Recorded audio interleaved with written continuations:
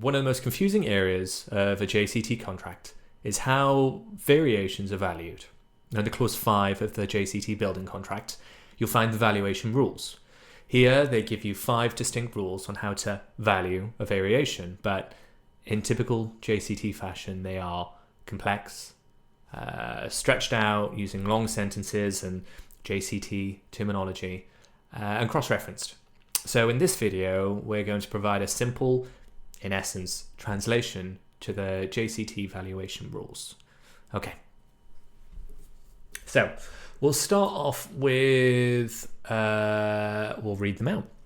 So to the extent that a valuation relates to the execution of additional or substituted work, which can properly be valued by measurement, or to the execution of work for which an approximate quantity is included in contract bills as subject to clause 5.7. So again, we're looking at the cross-referencing element.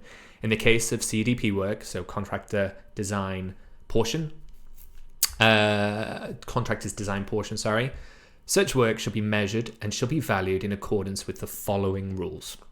So we've got 5.3.1.1, 5.3.1.2, all the way to 5.3.1.5.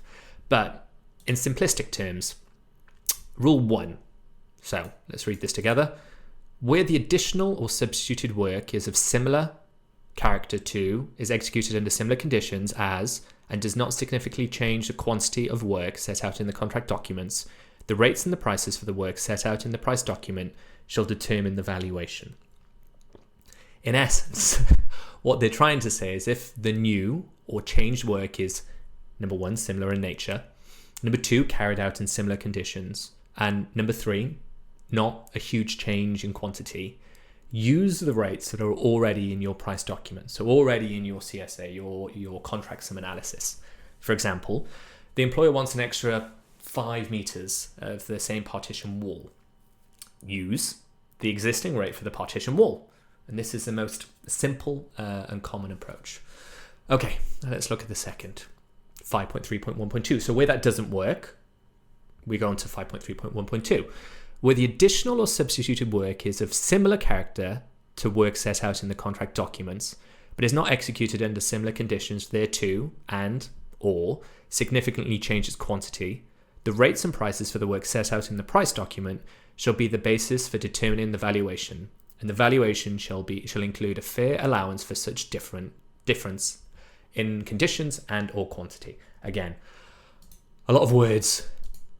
And what they're trying to say here is if conditions or quantities change, adjust the rate fairly.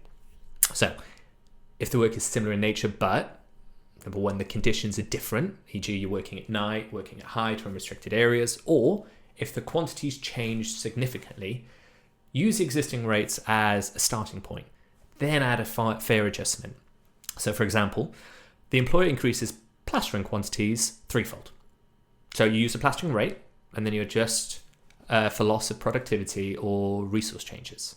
This rule recognizes big changes that may affect productivity, overheads, sequence of works, or access. Okay, rule 3.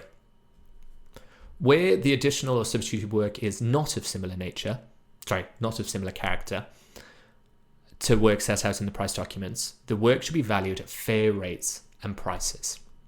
So in this example, we're looking at new or different work, and again must be priced at fair rates. So if the variation introduces something not in the contract at all, and there's no suitable comparable price, very simply, value it at fair rates and fair prices. So this typically involves providing new build-up, subcontractor quotations, market rates, or benchmarking in some sense. So for example here, a steel beam is added, but there's no steel work that exists in the original contract. So we need to create a new rate. So like I said, new build, so subcontract quotations are great, market rates. There needs to be an element of a fair and reasonable price.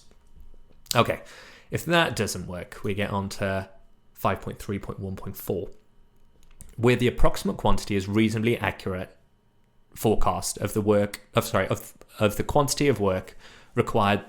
The rate or price for the approximate quantity shall determine the valuation. So, if the approximate quantity was accurate, use the original rate. So where the contract includes approximate quantities, AQs, and the estimate was reasonably accurate, use a reasonable rate without adjustment. So for example, 500 meters of drainage, actually it's 520 meters, keep the original drainage rate.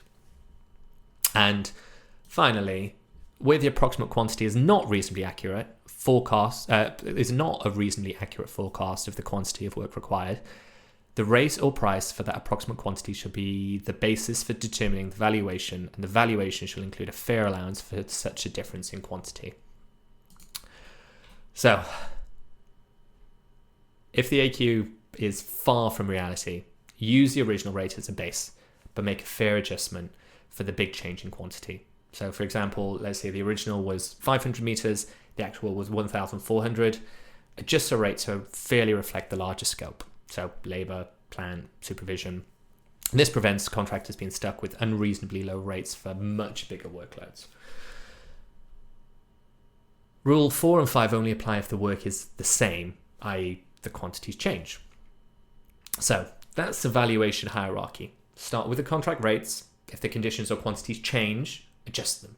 If the work is totally new, create new fair rates and treat approximate quantities according to how the rates are.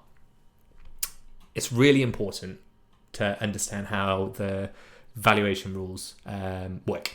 If you're a contractor, consultant, client, variations do happen in construction contracts. So understanding how to value them and how to present them under a building contract in a JCT contract is really, really important. Metroun, a commercial hub to your business.